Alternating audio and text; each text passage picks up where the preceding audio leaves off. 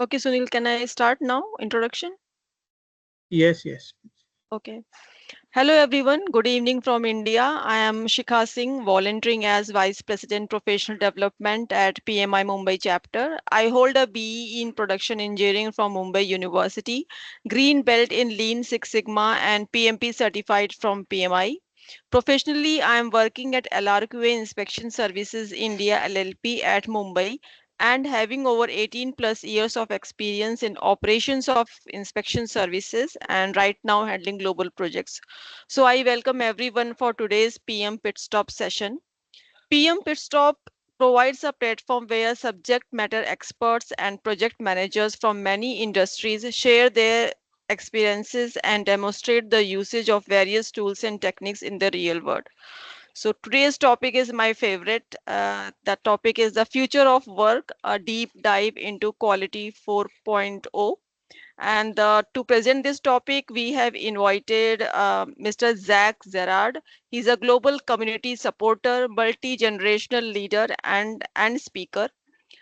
Zach Zerard is the president of Gerard Consulting LLC. The company is dedicated to bringing out the best in people through team building activities, project management training, and workshops to improve intergenerational communication at work. Jack holds three master's degrees from Park University and several certifications. His research interests include gamification, project management, and working across different generations. Outside, outside of his company, Jack is heavily involved in the community. He is a proud ASQ senior member who serves as the past chair of the Kansas City section. Zach is an Eagle Scout who aspires to make the world a better place for everyone. So I'm sharing his LinkedIn profile in the chat box. Please connect with him and uh, and please post your question in the chat box. Same will be answered at the end of the session by the speaker. So I request Jack to start his session, please. Thank you. All right. I Well, just thank you for the introduction. It's good to see everyone. Good morning, good afternoon, good evening, from wherever you're calling in from. I think here it's in the morning. So it's good to see all of you. Okay, so I'm going to pull this up. All right, here we go. Okay. And in case you were wondering, so you might have noticed that it says my name's James Gerard in here. So just so you all know, my full name is James Zachary Gerard. I go by my middle name, Zach. Um, I have multiple work accounts I use, so it happens to default to this one. But James and I were the same person, same weird hair. We're wearing the same shirt right now, so just want to make sure you all knew that. And then I am also involved in PMI, so I have 3 PMI certifications, one of those being the PMP, and then I am active with my local chapter in the Kansas City area. But then I've also done stuff with other chapters from across the world. So with that being said, we'll dive into our topic today. So looking at quality 4.0 and also industry 4.0. So from our time together, we'll start off, I'll briefly look at the historical factors that have created quality 4.0 or where we are today. Then I'll talk about how quality 4.0 applies to people, process, and technology. And then I'll share some thoughts on where we're all going. So how businesses and individuals can thrive in this environment, but then also look ahead a little bit toward quality 5.0 or industry 5.0. So to start off, so we had the first industrial revolution in the late 1700s. And this really forms the foundation for modern industry that we have today. And at that time, we started to see the emergence of textile industries, some basic mechanization, weaving, loom. So the cotton gin, for example, from the late 1700s was a big breakthrough at that time. But again, very basic industries at that point. Then as we moved into the 1800s, so as we got toward the end of the 1800s and then the early 1900s, we hit a point called Industry 2.0.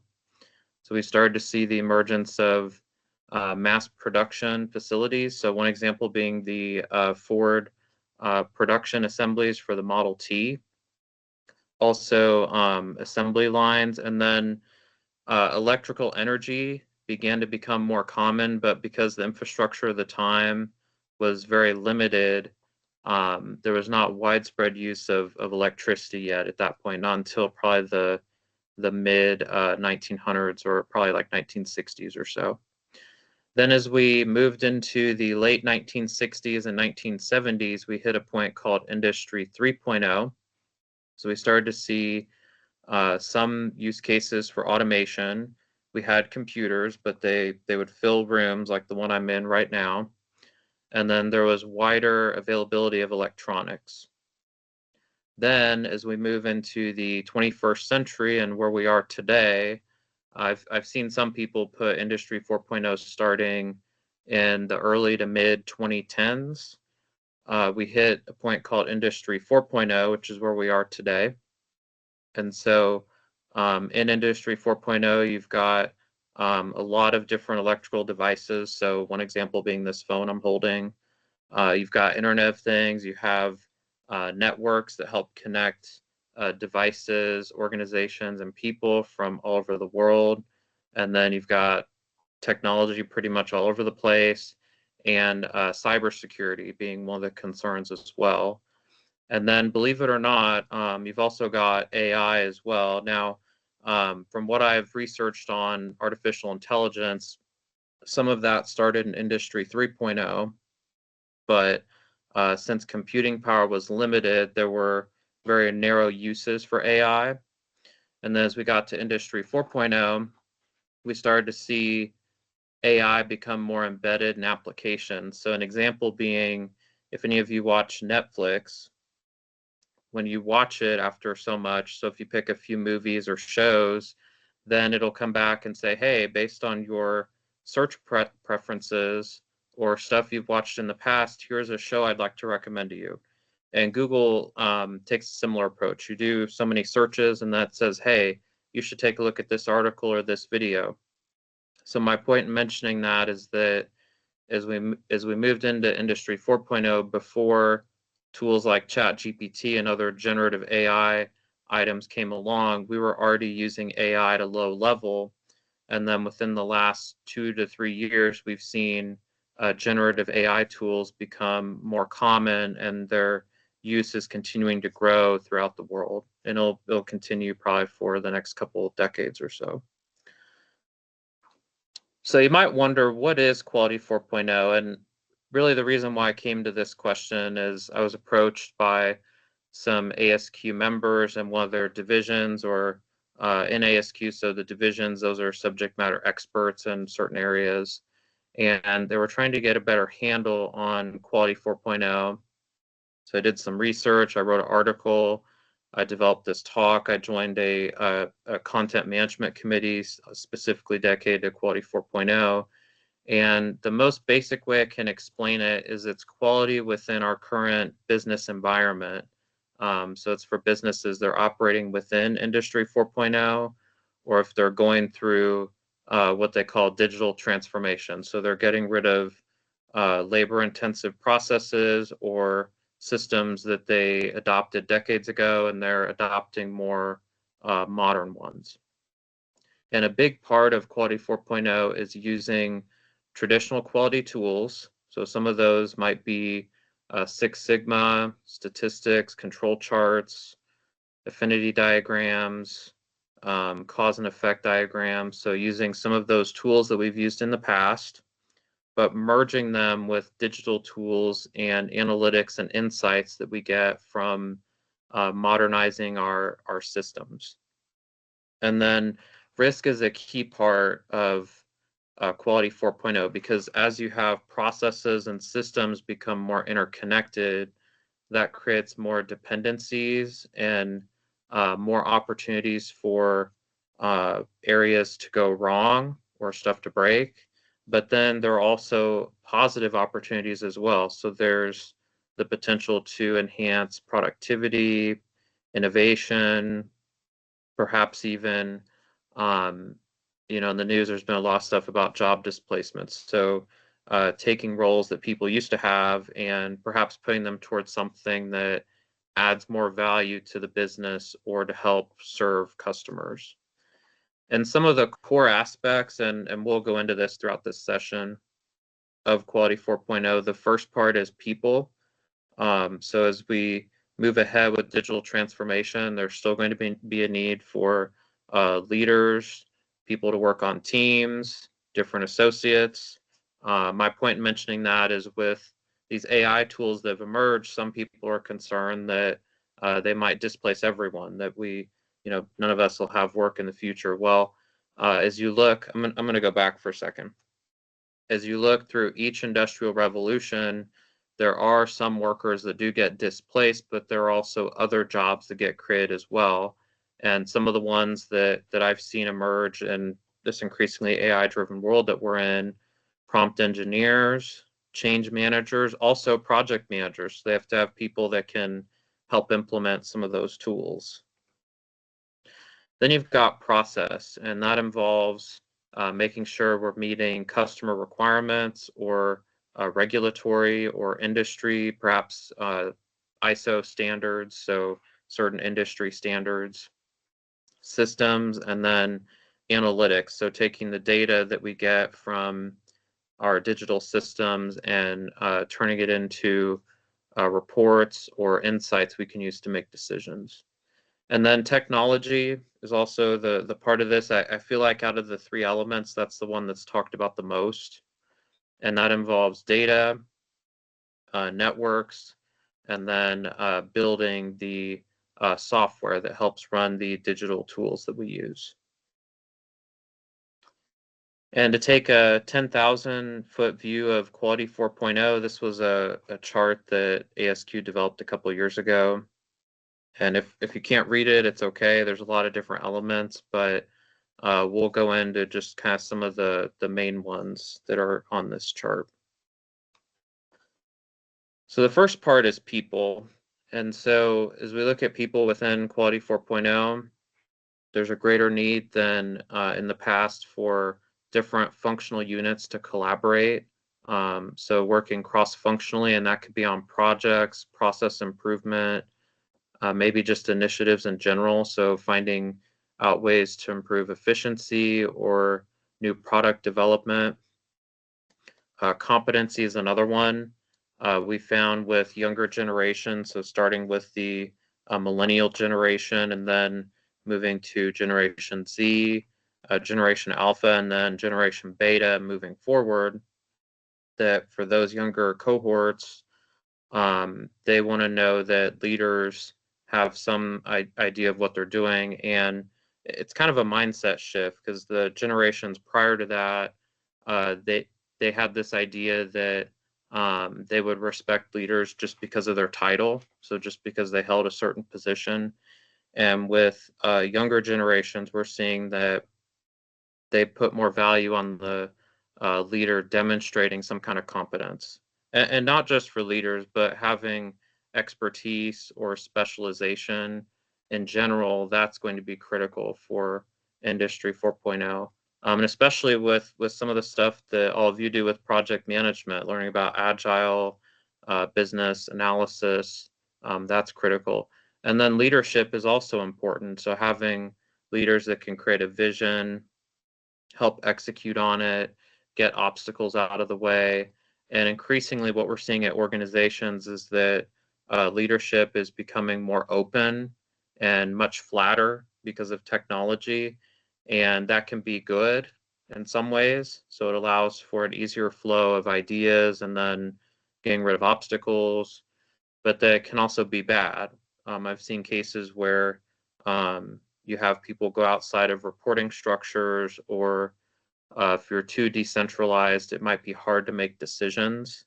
And so for that, it's kind of a balancing act. You want to have some flexibility, so you want to be adaptive, but then you also don't want to stray too far from having a chain of command to some extent. And then culture is also another key part of Quality 4.0.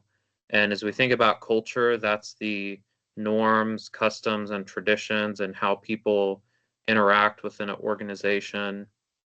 And I think increasingly, And as we look ahead to Industry 5.0, this will be a critical element, because as more stuff becomes automated and AI driven, if you have less people doing more, then there's a chance that they might lose that sense of connection. So, for instance, if you have people working at home, then I've seen cases where you have to intentionally carve out time to interact with each other, or else you might feel, a sense of isolation or perhaps loneliness.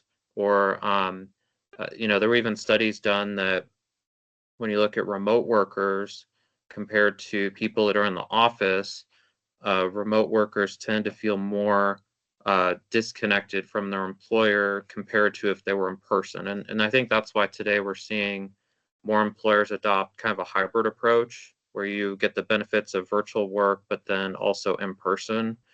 And, culture is also influenced by leadership. And one notable example I'll mention to highlight the importance of leadership and how it ties to culture. There was a conference I attended a few years ago, and one of the speakers, he was talking about the Great Resignation in the US, and he gave an example of a leader at an organization that he worked at. And this leader, they had been arrested a couple times, they've been convicted of assault, and that one person who was a poor leader and added this toxic element to the culture caused 15 associates to leave. So imagine that. Imagine one person in an organization causing that many people to leave. And my point being that if you have leaders like that, it's going to destroy your culture and your sense of cohesiveness as an organization. And some other key points to think about as we go through digital transformation, automation, and then have AI tools available, they'll create more opportunities for creativity and innovation. So instead of having people work on lower level tasks that are manual and very labor intensive and boring, they can work on higher level stuff. So they can find ways to work together, to innovate and collaborate. And you might even be surprised where this comes from. So an example I'll give, I was at my alma mater, so Park University, and for my first master's degree, I was studying government and cities, and I was playing this game called Minecraft where I was building cities with friends.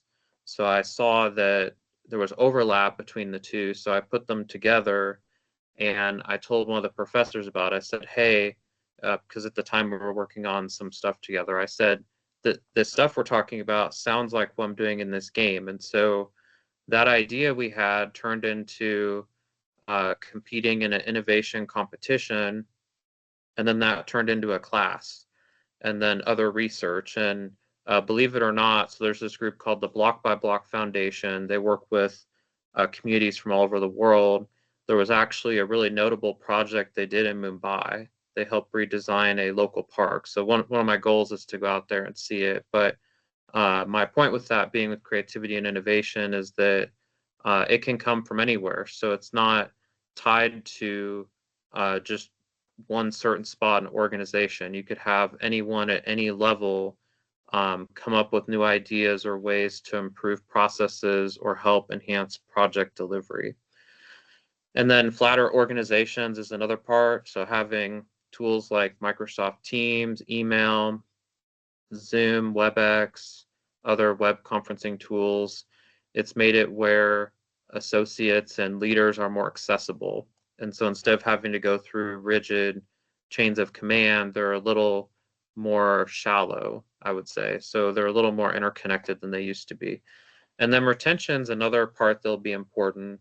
So in the US, we have the baby boomer generation and the silent generation. They're leaving the workforce.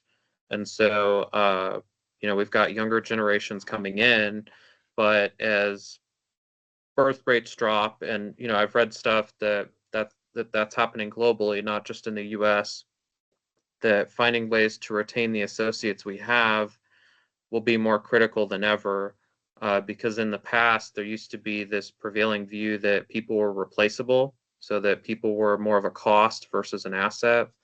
And so finding ways to retain the people we have, that helps us be successful in the short term, but then also in the long run. And eventually, if people leave, that's where succession planning comes in. So taking that time to mentor younger generations that come in or different associates. So you've got that proper knowledge transfer that occurs. So if someone leaves, you don't have everything suddenly get disrupted. So that's the people aspect. Next, we'll look at process.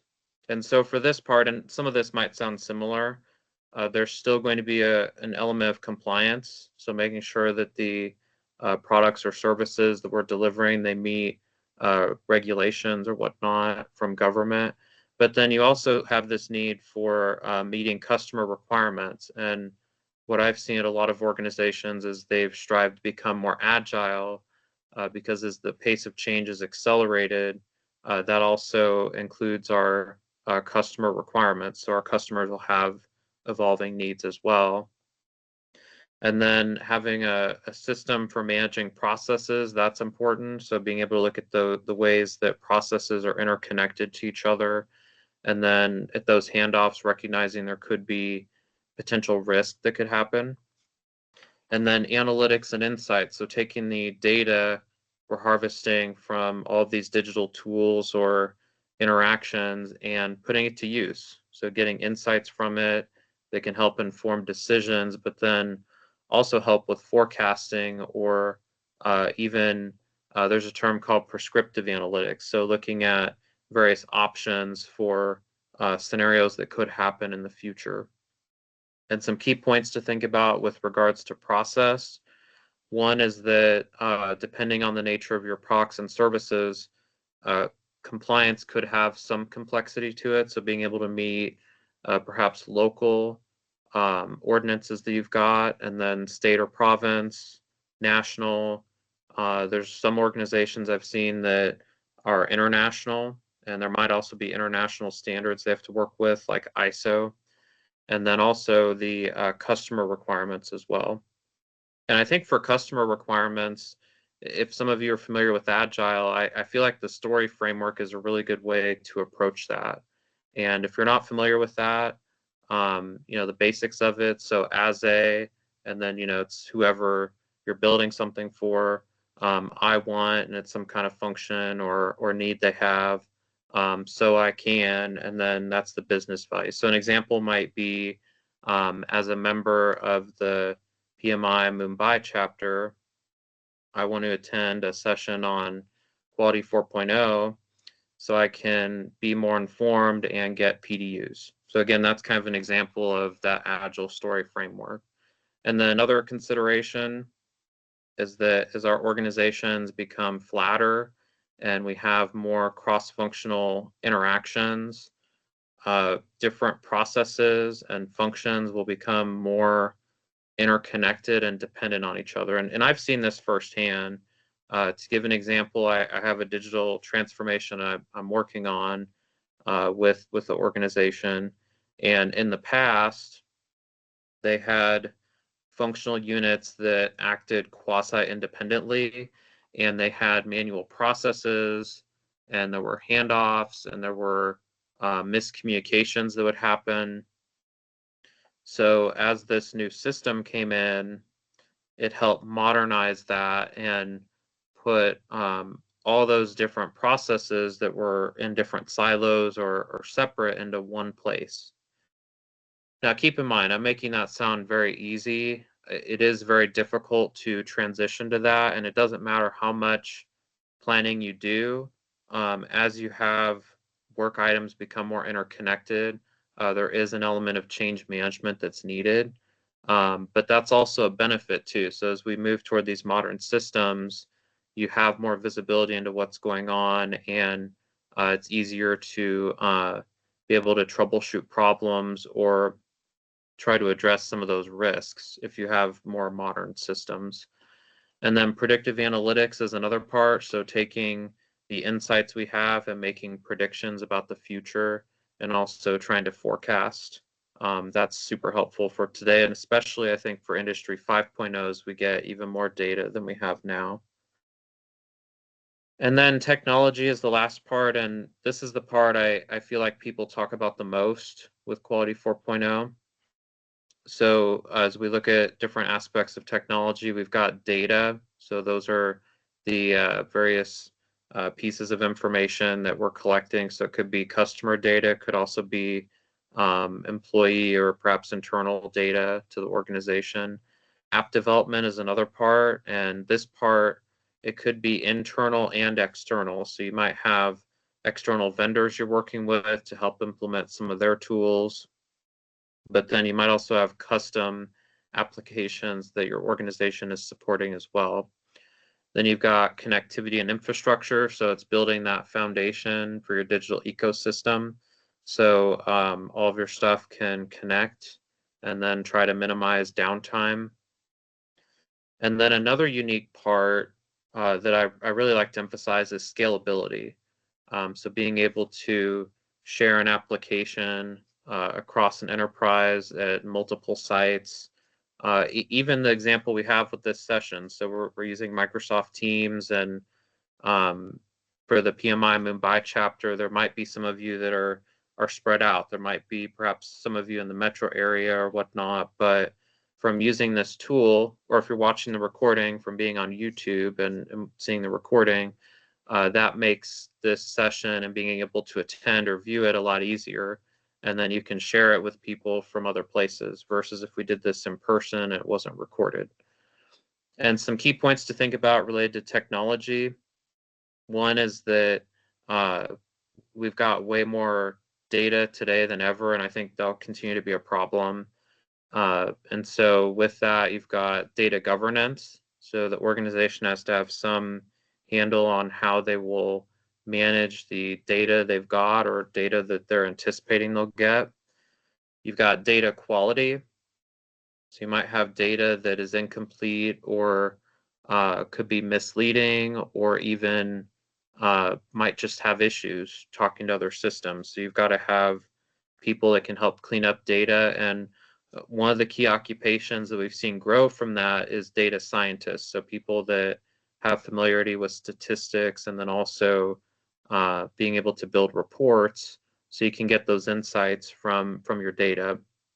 And then also data maintenance is the other part. And that's a part, it goes back to data governance that I've seen organizations struggle with. So trying to figure out what functional area is responsible for what data set, and then finding a way to standardize it. So that way there's not a lot of complexity with how data sets are managed or maintained. And then you've got applications. So you've got internal applications that organizations have, but then also third party. And third-party applications, those often come from vendors. So it's critical to build good relationships with suppliers or vendors that are providing those applications. And increasingly, I've seen several organizations move away from maintaining internal applications. So kind of shifting toward third-party systems like Workday, for instance, where you have all these different functions in one area. So it reduces kind of overall maintenance or support for internal applications that you might have. And then going back to scalability, so another benefit from the technology is being able to magnify business benefits you get, and it could be from ideas or even the technology itself. And so the ideas, it could be one facility comes up with an idea or one workspace that we can apply to another. And technology, it could be that you have a system. I'll use Workday as an example. So instead of having to track multiple invoices that people have made manually, you can put it all in one place and run a report and be able to track all of your supplier invoices or requisitions or purchase orders that you have. And then the implications. So as we think about Quality 4.0 and what that means from with regards to people, process, and technology. So as we look at people, the first element, and this is probably obvious to some of you, is that increasingly projects will become cross-functional, and we'll need different departments to be able to collaborate, communicate, and work together. There's also a need for reskilling and employee development. And it's interesting, as I've looked at AI tools, what I found is that they're increasingly automating lower level or repetitive tasks, but there will still be a need for specialists. So people that have developed expertise in project management and quality in various functional areas. And that's where employee development comes into play. So having that roadmap for what professional development looks like for each associate. And in some cases, sometimes you have to take the reins on your own. That's some stuff I've had to do, is develop 3 to 5 year goals for myself, and one of those being learning more about AI. So if you look at the Project Management Institute, they've developed several courses recently on AI and the uses of generative AI, or how they apply in projects or implementations. And that's something I've seen a lot of people look at and take within the last 6 months or so. So if you haven't had a chance to look at that, I'd highly recommend it.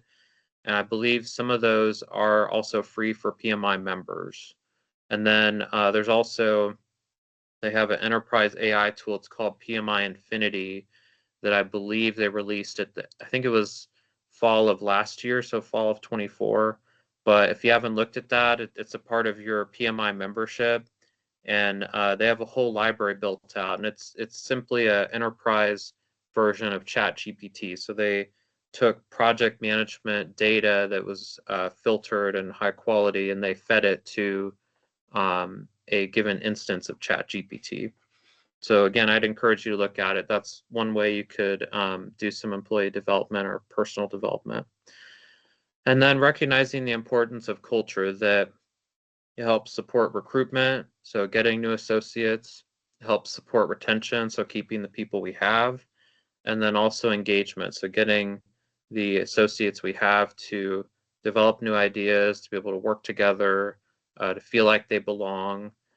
And the other part I'll mention about culture too is that in organizations, at least in the US, there used to be a stronger sense of loyalty between employers and employees. So there was this idea that, and this was decades ago, that you'd have a person work at one place for 30 years, the employer would look after them, and then once they retired, that would be it. And today, that's not the case. You have, at least in the US, they've told younger generations that they might work at more than 15 different employers throughout their career. I think in some ways that might accelerate with the adoption of AI tools, and then also change cycles being faster. And we might even see return to the cottage industry. So where you have individuals like myself that run their own organization, and they work with other consultants or other suppliers to help organizations be successful. And another part I'll say about culture, as we think about project management, one of the elements is team building. And in the past, organizations used to approach team building as a one-time activity. So they would plan an annual event or a cookout, or maybe a 4 to 8 hour event for one day a year. They would do this activity, and then that would be it. Well, today that's not enough. So as we look at organizations and this idea that loyalty between employers and employees has eroded, we have organizations that are constantly losing people, so having people move to other organizations, but then also onboarding. And so team building and that cultural development has to be an ongoing activity. We can't just do it once a year and then revisit it 12 months later, because anytime we're bringing on new team members, or if someone leaves, as we think about the stages of team development, so we have forming, storming, norming, and performing. Anytime you bring on a new person or someone leaves, you always go back to forming. So doing those ongoing team building activities helps support that culture and then sustain it. And then process is the next part. So there will be a bigger need for change management. And I also think in the near future, we might see associates that's all they do. Their job titles change manager or Perhaps they work with a PMO or whatnot. And that's because as you bring in these digital systems or transformation, it's a lot for individuals to absorb, and that doesn't include changes that they see in their personal lives or across the world. And so being able to manage that change effectively, so that move from the current state or where you are today to the future where you're going, that's going to be critical. And then there will be a continual need to monitor changes that happen in our regulatory environment, industry standards, or requirements in general. And one example I've seen from industry standards is a greater push for ESG, so they call it environmental, social, and governance goals. So for some organizations, you might have seen a commercial and it said, hey, if you buy our product, we'll donate 10% of it to charity, 10% of the sales. Or you might see an organization say, hey, we're going to be net carbon neutral by, let's say, 2040 or 2050. And while those goals sound nice, increasingly, and this is more in the auditing world, we've seen auditors come in and ask for evidence of that. So as organizations develop those ESG goals, so environmental, social, and governance goals, we'll see auditors increasingly hold them accountable to delivering on those goals. So that's one example of a change I've seen in standards. And then the third part of process is taking the data and the insights we generate from our information and using that to be proactive. So to look and see if we know certain systems are going to be due for maintenance soon, or if there's problems on our team, that we're addressing those on the front end. We're not waiting until we have to be reactive when it's a little bit harder to solve those problems. And then technologies, the last element. So increasingly building out this digital ecosystem. And I think one part of that ecosystem also includes AI tools. And I've seen organizations set policies and guidelines for how to use AI tools. I've seen a lot of government organizations ban the use of AI tools, at least for now. In businesses, I've seen them develop enterprise tools. So I'd mentioned, so PMI Infinity, that's one example of an enterprise tool. Another one, so ASQ, they developed their own tool called Quincy. It's a tool where they fed the various bodies of knowledge that they have, and then their publications into Quincy. And I'd encourage you, if you're a PMI member, go look at PMI Infinity. If you're interested in ASQ, I think you can use Quincy for free up to so many requests or prompts. But all of those will fit within that digital ecosystem that associates will use. And then investing in cybersecurity, having strong networks and infrastructure, that's important as well. And that's something I've experienced firsthand. I was at a past organization, and they had some issues with cybersecurity. I remember they had a system that was out of date for about 15 or 20 years, and it was so bad that they had a cyber attack happen, and it brought down most of their systems, and it just caused a nightmare. And then after that happened, the discussion shifted to it was all about cybersecurity and keeping systems secure. But if you invest on that on the front end, then you can prevent some of those problems. And some of those problems also include go back to people. So making sure you have people trained in cybersecurity, so what to watch out for. But then you've also got strong personnel management. So if you have someone leave the organization or change roles, that their permissions are adjusted accordingly. And I remember years ago, I attended this conference on, it was on government. And one of the issues they point out was that there were past associates that still had access to all these sensitive systems. And, even today, so kind of going back to process, another change I've seen in organizations is, and this is more for ones that are international, following GDPR, so following European private data privacy standards. And ASQ has adopted that. So I have to do privacy training every year, and they're really clear on what we can and cannot do with their data. And it goes back to investing in that data privacy and trying to avoid potential lawsuits.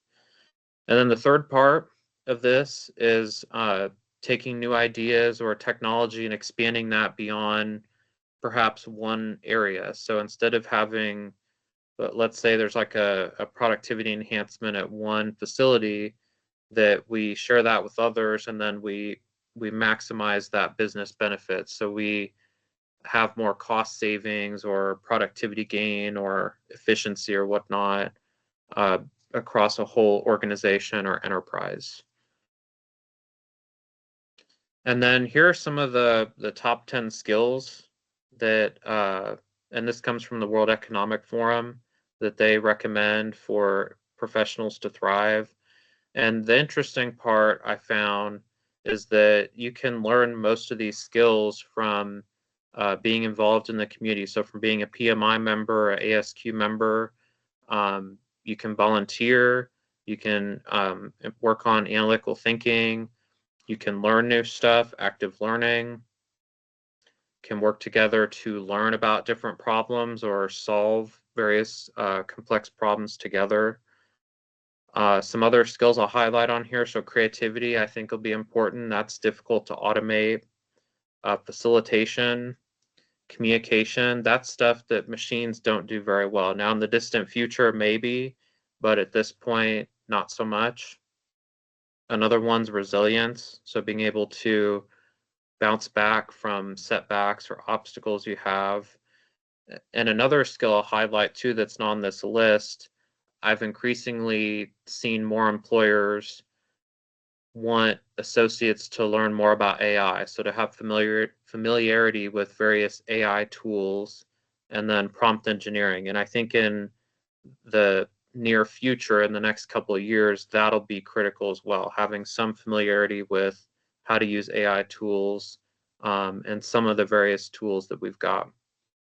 But again, if this list looks intimidating, if you're involved in the community, if you volunteer, if you come to sessions like this, there are ways to develop some of these skills. So my point in saying that is that you're not alone in developing these skills, and there are ways that you can develop them. And you can also work with other folks like myself or different people on this call.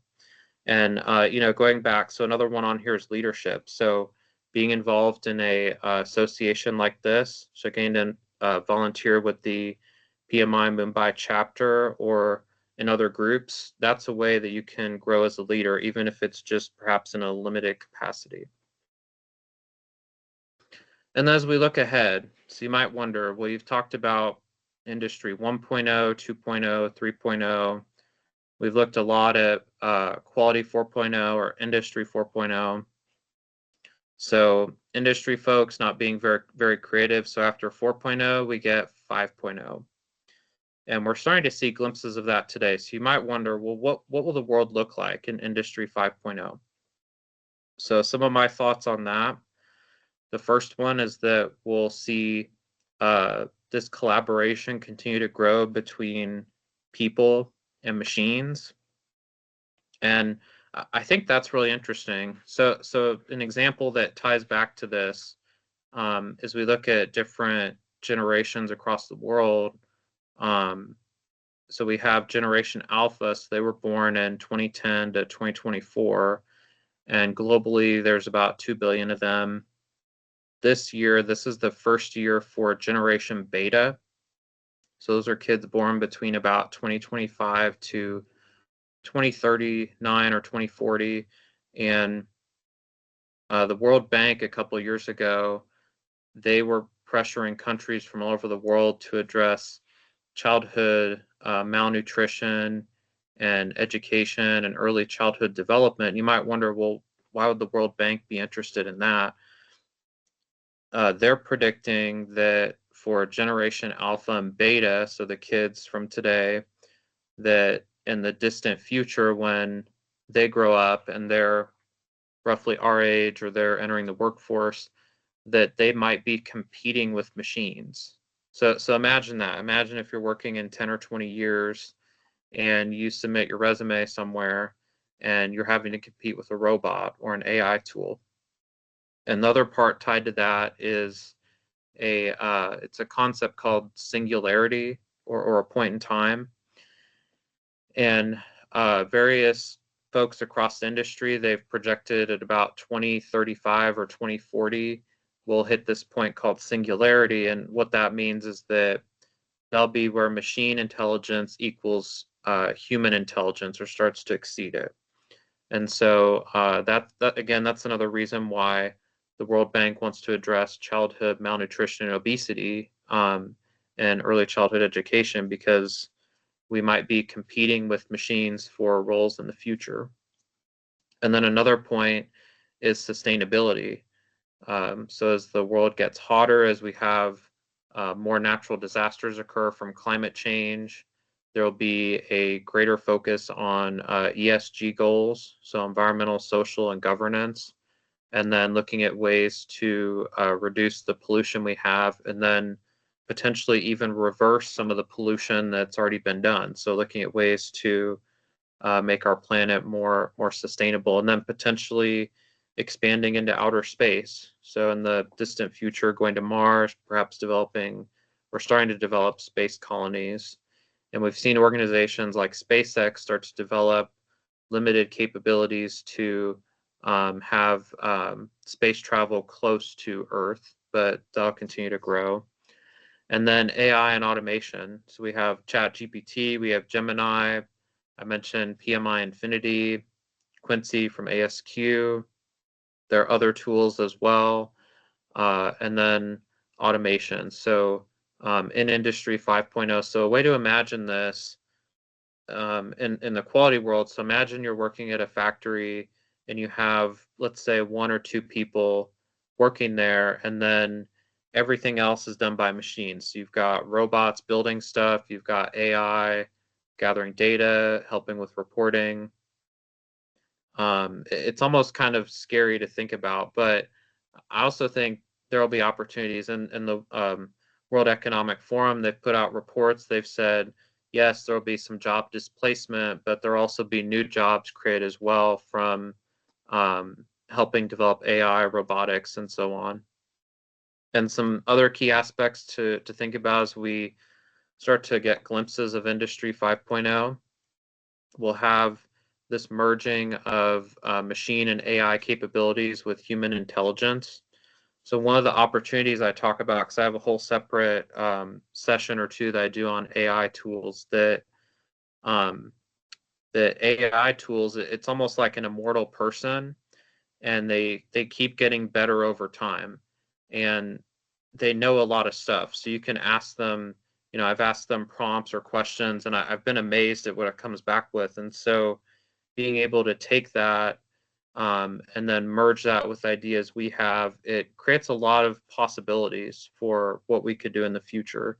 And it frees up our time. So we can do team building, we can develop our expertise, we can get out of the business of doing boring or repetitive or lower level tasks that don't add a lot of value.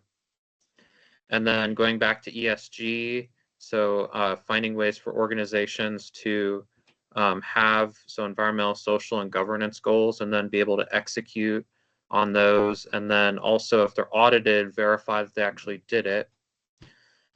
And then having people, so continuing to work with machines, so making sure they're doing what they're supposed to, having a safe workplace, and monitoring machines. One of the big concerns I've heard about is what if AI tools get out of control? So setting proper security and safeguards in, so as we have more robotics, automation, and AI tools come into play, that they're being used in an appropriate way and they're not harming anyone. And then I'll speak a little bit to change management. This is a big part of Quality 4.0, and I think it also applies to Industry 5.0. So just a brief overview of this. When you think about change, so imagine where you are today. So you have your current state. You've got some kind of process or system you're using, and because of that, there's problems or issues. and you have some kind of future state. So you want to get to a new system or redesigning a process or doing a project to transform an organization. And so the change management, that's managing the in-between. So it's going from that current to our future state.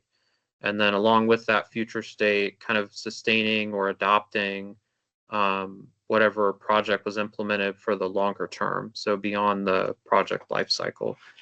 And change management, so it involves people. So, how people feel, communication, that's important.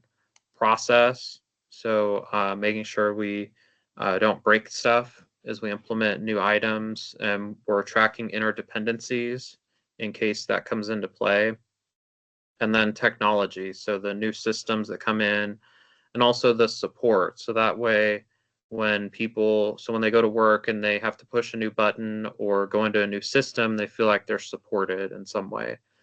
And then stakeholder engagement's a critical part of that. So making sure we've got the right people in the room, we have the right functions represented. So that way, when we get to that future state, when we deploy this stuff we're working on that people wanted and they made a business case for, that they're realizing the benefits from that. And then they're beginning to transition. So they're getting away from the old stuff. And some key points to think about, and I've experienced some of this firsthand. So no matter how much planning you do, how much communication, change is hard, and people have recognized that for centuries. There's even a quote from Machiavelli in the 1500s. So in his book, The Prince, he mentions that the most difficult task a prince can take is instituting a new order of things, which is talking about change management. And it takes time, and you have different generations in the workplace. You have different levels of experience with technology, and so putting a lot of thought into the support system and having the right people in the room, maybe even some of those slow adopters that have a lot of questions, that helps make change easier for individuals in an organization.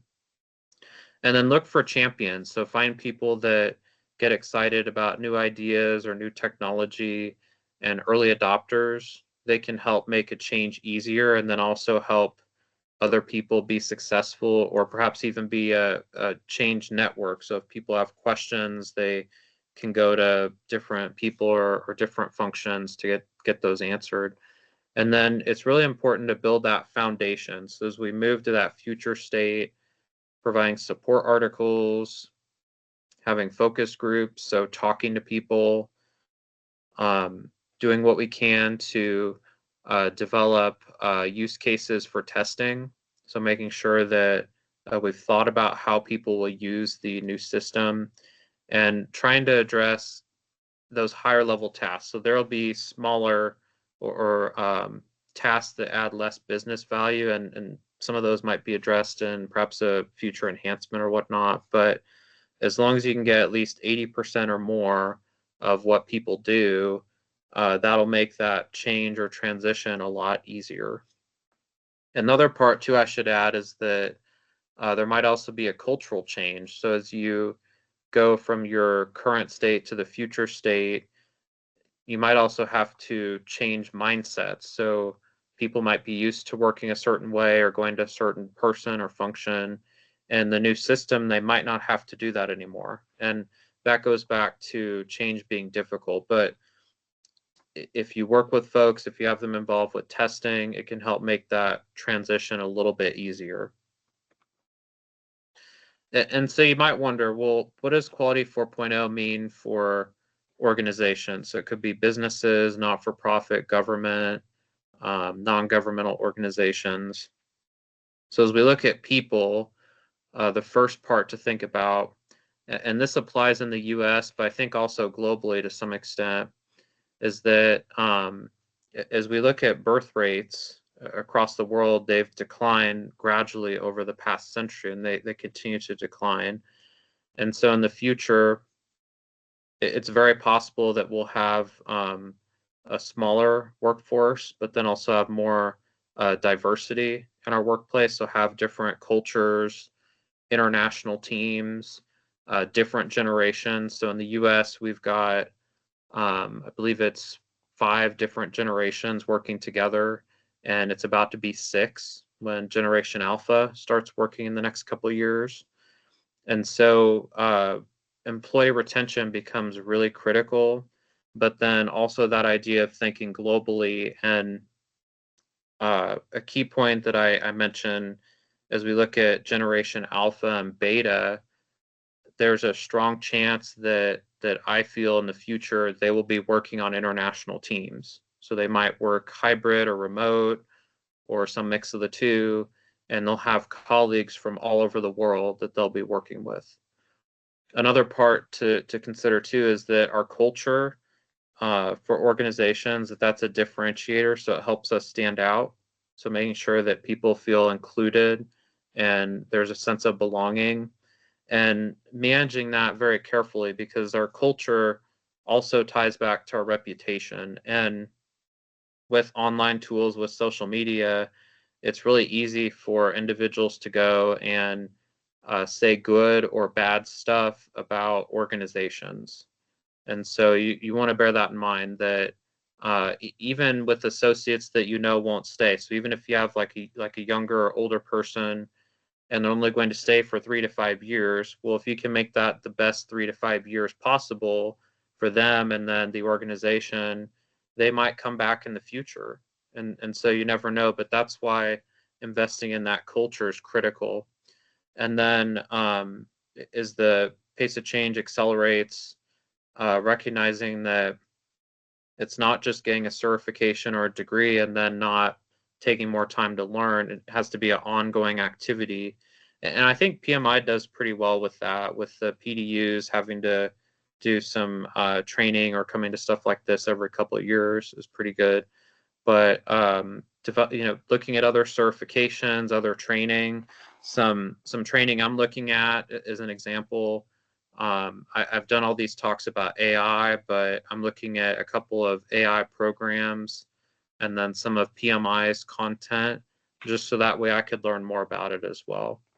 And then for processes in Quality 4.0 and beyond, you want to be really intentional about what you automate or you have AI tools do. And I think a critical question that all of us are still trying to figure out today is, what are tasks that AI should do? So what are tasks that need little involvement from a person? What are tasks that can be done collaboration? So you have a person do some stuff and then an AI do some stuff. So they call that AI assisted. And then what are tasks that only people should do? So we should have very little to no AI or automation involved. And I think we're all still trying to figure that out. But in the near future, I think we'll get more clarity around that. And then another part related to process is recognizing that if you have a change in one function, so as we have systems become more interconnected, that small change might have a large effect in other parts of a process. So there could be a downstream effect we get from implementing one small change in a process. And so that's why, and the nice part is, for a lot of these tools involved with digital transformation like Workday, they have testing environments. They have spaces where you can go and test out if you make changes, so you can find breakages early. And then another part is documenting processes. So with the associates you have, taking that time to do succession planning. And a simple approach I've heard toward this is that, let's say you get a new associate. So they'll work for 1 to 2 years. They'll kind of figure out what their role is. They'll get good at it. The next 1 to 2 years, they'll get really good. So that'd be like your year, we'll call it year 3 or 4. And then the next set of 2 years, so that'd be probably between the 4th and 5th year they're there, you want them to start training another person. So that way they can move to another role, but then someone behind them can take the role they had.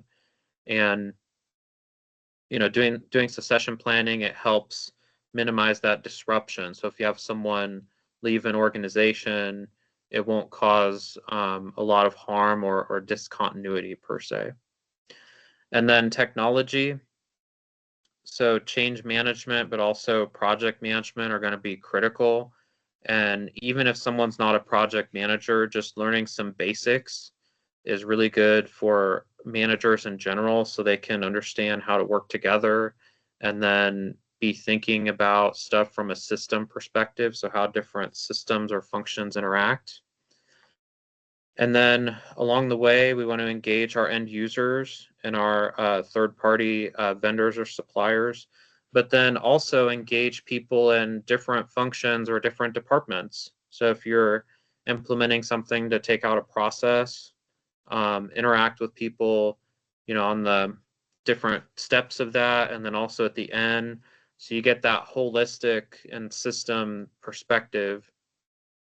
And then take the time to invest in cybersecurity and have some disaster recovery plans in place. So that way, if a natural disaster occurs, if you have some kind of business disruption, or if you have a cyber incident occur, you're more prepared and ready to address it. And ideally, you'd be able to address it on the front end.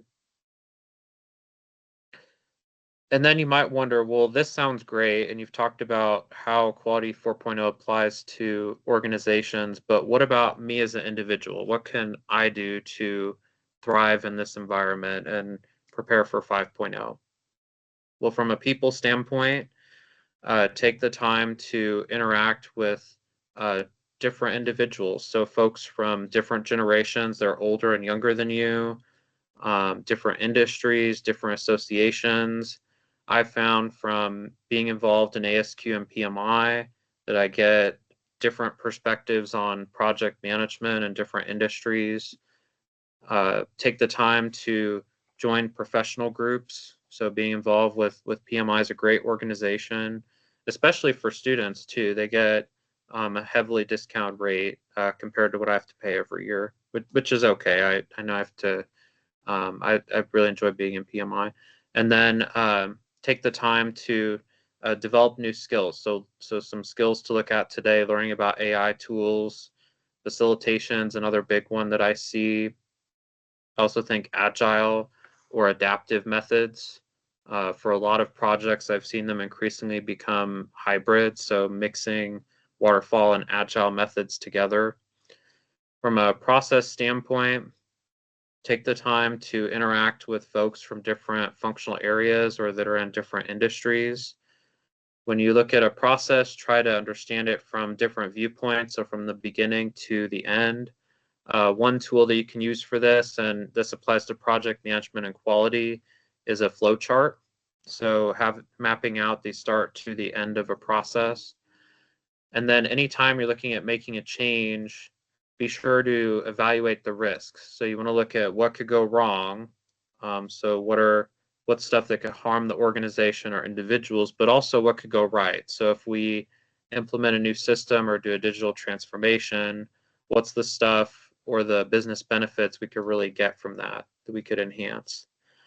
And then for technology, you want to take the time to learn about trends or emerging items. So a big one today is generative AI. Another one would probably be robotics. And look and see how that can help your team. And when you hear about technology or AI, I've seen some people have mixed feelings or feel a little nervous.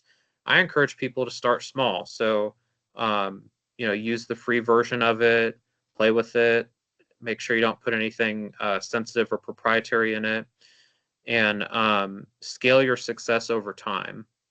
And the nice part about starting small is that the investment is low. So it's better to fail fast. So put a little bit of resources in, test something and find out fails versus making that big investment later where you haven't had kind of built on that success over time or lessons learned, and then have that higher cost of failure that you've got. And starting small, it could also include one of your work groups, or maybe in one of your PMI meetings, you have people test out an AI tool or share different ideas. And that allows you to build on success over time. So you scale your resources to match your level of success that you're having. And then here's some resources that I used to put this talk together. I actually have an article I wrote related to Quality 4.0. If you can't read some of this, I will provide a copy of the slides. If you're watching the recording, you can also reach out as well. And then here's some other resources to look at beyond our time together. So Daryl West, he has a book that came out a couple years ago that looks at trends in the future of work. So as we have more AI tools and robotics, what our workforce and our business environment could look like. BCG, they had this really good article about Quality 4.0 and looking at the different elements that go beyond just technology. And then HQ Software, they had this really good article on Industry 5.0. So kind of giving a glimpse of what work will look like once we have mass automation and AI tools all over the place. And then some other resources online. I mentioned that I'm a part of ASQ, so they have different divisions or groups of subject matter experts. One of the ones I'm involved in is the Quality Management Division, so it's the biggest division in ASQ. And we have a page on Quality 4.0. I'm happy to send you the link for it. There's other resources that we have, and then that links back to the Content Management Committee I'm on. The ASQ, they also have a couple pages on their website specifically about Quality 4.0. I'm happy to share those if you're interested. And then the World Economic Forum, they have some really good data as well related to Industry 4.0 and 5.0. And some takeaways. So from our time together, we took a look at the historical factors that created Quality 4.0, so where we are today in our current business environment. We took a look at people, process, and technology, how that fits within Quality 4.0. And then I shared some thoughts on how we can all thrive. So how organizations can thrive, how we can thrive as individuals. We took a glimpse at Industry 5.0. And I think some closing observations I'll share as you think more about this. The first point I'll mention is that, and actually I'm going to hop back real quick. So I'm going to flip back to the beginning. Okay, here we go. All right. So a key point to remember is that as we move from each industry, we're not going backwards. So an example is, I'm sure none of you are probably trying to optimize a stagecoach supply chain, or you're not trying to go back to filling rooms with computers from 50 years ago. So as we look at each industry or industrial revolution, they build on each other. And so my point in mentioning that is that as we look at AI tools, we're not going to see them go away. They'll grow up, so they'll be able to do more in the next 5 to 10 years and beyond 10 years. And so we have to adapt and move with it. And there are opportunities with that. Another part too is that this might all look overwhelming. So I'm going to go back to the closing slide. There we go. This might all sound overwhelming, and if it does, you want to remember that you're not alone, that the changes that are happening from AI, changes in our international trade or business, that affects all of us. And so being involved with a group like PMI or ASQ, building your network, maintaining it, connecting with people that are interested in this stuff or that have different ideas or perspectives, different generations, that can help you be successful. And you don't have to go through this all by yourself, because to some extent we all are. But if we work as a team, so if we all come together, we can all make it through this and be successful in the future. And then here's my contact information. So if you'd like to connect, I'd be more than happy to. I'm really active on LinkedIn. I'm happy to send you some of the other resources I've got. One example of a resource I've got, so ASQ, they have a free virtual conference coming up at the end of the month. It's called Synergy for Success. If you reach out, I'm happy to send it to you. It's free, 3 days of looking at quality management and project management topics. And it's a great way to connect with other folks. And a couple of weeks ago, ASQ said for all current future members or people interested in quality, it's free. So I highly recommend that as well. And then just want to take the time to thank the PMI Mumbai chapter for having me come and present. It's been fun. I hope I get to come out to Mumbai in the future. And just want to thank the volunteers. We have, I think it's like a 10.5 hour time difference. So just want to thank them for helping make this session possible.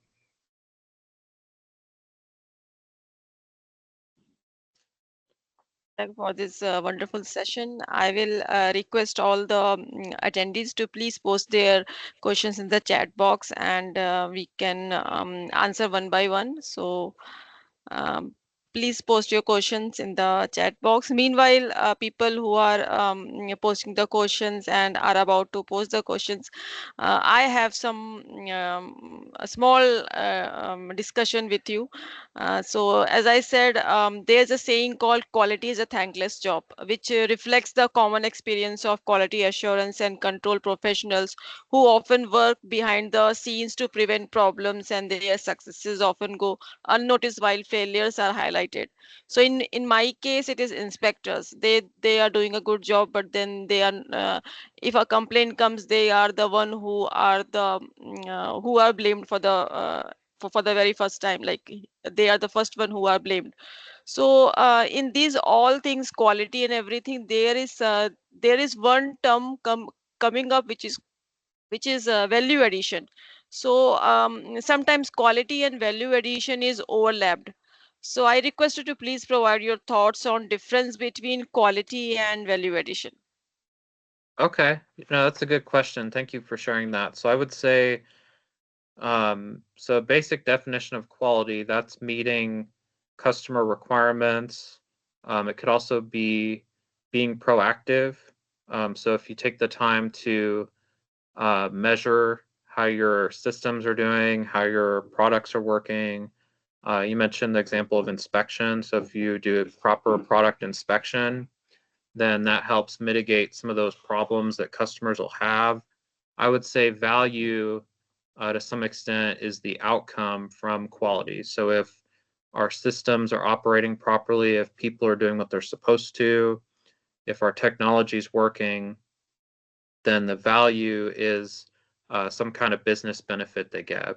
And that could be solving a problem, getting a product or service to work. So for example, Microsoft Teams worked for us, so this session was possible.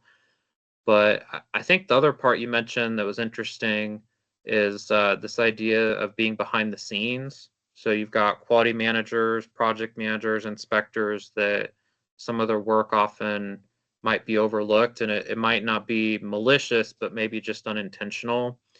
And as we look at our cultures, I think taking the time to celebrate success is really important, especially for quality. And I think it's a big mindset change because I think in the past, as we look at quality and project management, a lot of focus is on what goes wrong. So how do we identify risk, make sure stuff's not breaking? But we also want to celebrate stuff that's going well, because that reinforces those behaviors, and it encourages associates to say, hey, if I keep doing well, I'm going to be rewarded to some extent. And there have been challenges with that. So one example, in the US in the 90s, a lot of organizations tried to become Six Sigma. And so there was this money spent and training and whatnot. So you had organizations that did Six Sigma projects, but then there were no incentives to sustain it. So they fell apart. So investing in those appreciation programs, doing team building, celebrating success, even if it's something small, that helps reinforce that positive behavior. And then those behaviors lead to quality activities that help deliver and sustain value for customers and the organization. Okay, so that was a brilliant session, and I'm really surprised there are no questions as such right now because the topic is very high level. It is quality, and I think people are so scared of quality that there's no questions. So I think mine was the only question as of now. So I request all the attendees to please post their questions. Meanwhile, we present the certificate of appreciation to our speaker. So Sunil, can you please share the certificate of appreciation, please? Jack, can you please unshare your slide? Sure, let me do that. Okay, and where is it? Okay, here it is. All right, there you go.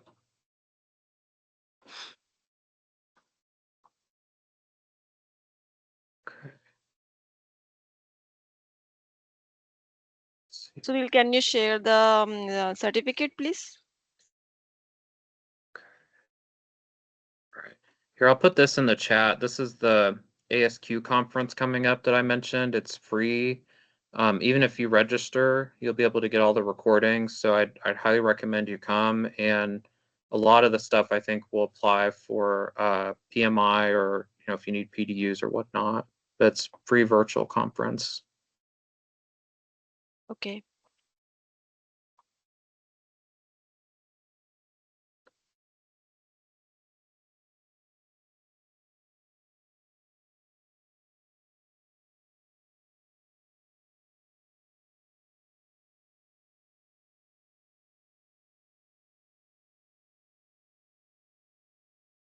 I was in my screen. Yeah, but then the certificate is not visible as of now. We can share the screen as such.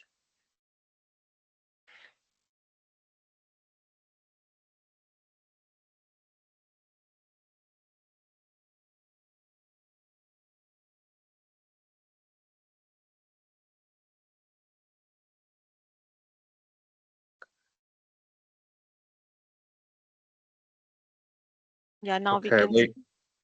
Okay, I'm So gonna throw links in the chat real quick for PMI Infinity and then Quincy, just in case anyone wants to look at that. yes, Okay. so please, please accept this small token of thanks from PMI Mumbai chapter. This is and thanks for accepting our invitation to present today's PM Pit Stop session. And looking forward to invite you for presenting other interesting topics in coming months as I discuss your gaming projects and everything. So thank you, Zach, once again, and to accept this invitation and presenting today's topic. And feedback form link is already shared in the chat box. So I request all the attendees to please provide your feedback. And who has joined today's session, feedback form link for sharing your feedback is already shared. And PDU code will be automatically assigned to you because as per the attendance. So that is the new process we are starting from today. So PDU code will be you will be awarded 1.5 PDUs whoever attendees have attended today's. So that's it. And so thank you once again, Zach, for your brilliant session, and thank you to all the attendees who joined this session. And meet you next in the next session. So bye bye everyone, and thank you, Zach. This certificate of appreciation will be mailed to you with in the next week. Thank you. Real quick, if you don't mind, I think there's a couple questions in the chat. Do you mind if Yes, we go through those? yeah, I, my question, Or yeah, there are some questions. do I you will want read me out to for you. email folks? I don't know where we are on time, but I can go through them if you want. Yeah, I just read one by one. Mr. Rohit Chitnis is asking, do we need any pre-approval if we need to use current AI quality assurance other than IT industry? Pre-approval. I would say it depends on the goal that you have or the purpose for using an AI tool. If you want to play it safe, I would contact the IT department. I would say if you're using it for a general purpose, so for instance, if you're making a draft of a document or you're trying to get ideas for solving a problem or doing an activity, I think that would be okay. But if it's something that involves the organization's data or something proprietary, I would reach out to the IT department and just see if they have a policy. They might also have an enterprise tool. So I've seen a lot of organizations use Microsoft Copilot. That's another AI tool as well that you might have access to. Okay, our next question is from Jay Shankar Pandey. He is asking, my question is related to hybrid work culture and productivity management. So he has Okay, so not. you're asking about hybrid. Um, I think one of the challenges we see with remote work is so for managers, it's being able to let go. So not monitoring your people all the time if they're in the office. And for employees, it's setting boundaries. So I've seen instances where you have, let's say you work like 8 hours, so your shift ends at 5 p.m. and then you get an email and it's like, hey, I need to answer this. And so that email turns into 15 or 30 minutes or another hour. And so during the early part of the pandemic, with this massive shift of people working at home, we saw people working a lot more than they did before. So I think from a management standpoint, finding that balance between being in person and remote for your team, but then from an employee standpoint, managing your time, but then also not taking advantage of your employer. And there's actually a Reddit thread you can go look at. It's called overemployment. So you have some people that are working multiple full-time jobs, but each employer doesn't know that person's doing that. So I think it's a balancing act. There's organizations that have tried to force people to go back to the office. And what we have to remember is just because we're in an office, so in the same physical space, it doesn't mean that we're a team or that we get along. It just means we're sharing a space together. So I still think we have to be intentional about the culture and team building development as well, and probably more intentional in a hybrid environment. Okay, next question is from Ramesh. He's asking, there is always a cost associated with quality. So there is a tendency for project managers to deliver only just the quality that is required for acceptance. So Zach, as a project manager and a quality expert, do you feel that customers are ready to pay more for a higher level of quality? That's a good question. It depends on the requirements. We also have to remember too that there's this quote I heard from a colleague of mine. He said that quality is what keeps us in business. So I think as long as we're doing what we can to meet or exceed customer expectations, I think that's fine. And I would almost flip the question around. I would argue, the cost of not doing quality activities, so not doing inspection, having sign-offs at different milestones of a project, that will leave a customer feeling frustrated, and you might lose them. And just as organizations are competing for employees, they're also competing for customers that are international as well. Yes, actually, cost of quality is really is a like is very high, should be very high for the this critical projects. The next question is from Ishan Thakkar. He's asking which AI is useful or can be used to get genuine qualitative data for the energy transition sector for upcoming technology and energy transition startups. Hmm. That's a good question. If you want to reach out to me beyond this session, I'm happy to take a closer look at it. I would recommend starting with ChatGPT and Gemini, and I would ask it a very specific prompt. It could be something like, um, what would it be? Generate a list of data or key insights on um, the energy sector from the past 3 years, or ask it about emerging trends. I would say those two prompts might be a starting point. But if you want to reach out to me, I'm happy to look at that further. Okay, Shan, I think you got your answer, and I think that was the last question for this session. So, Zach, thank you for your brilliant session, and thank you for all the attendees who joined today.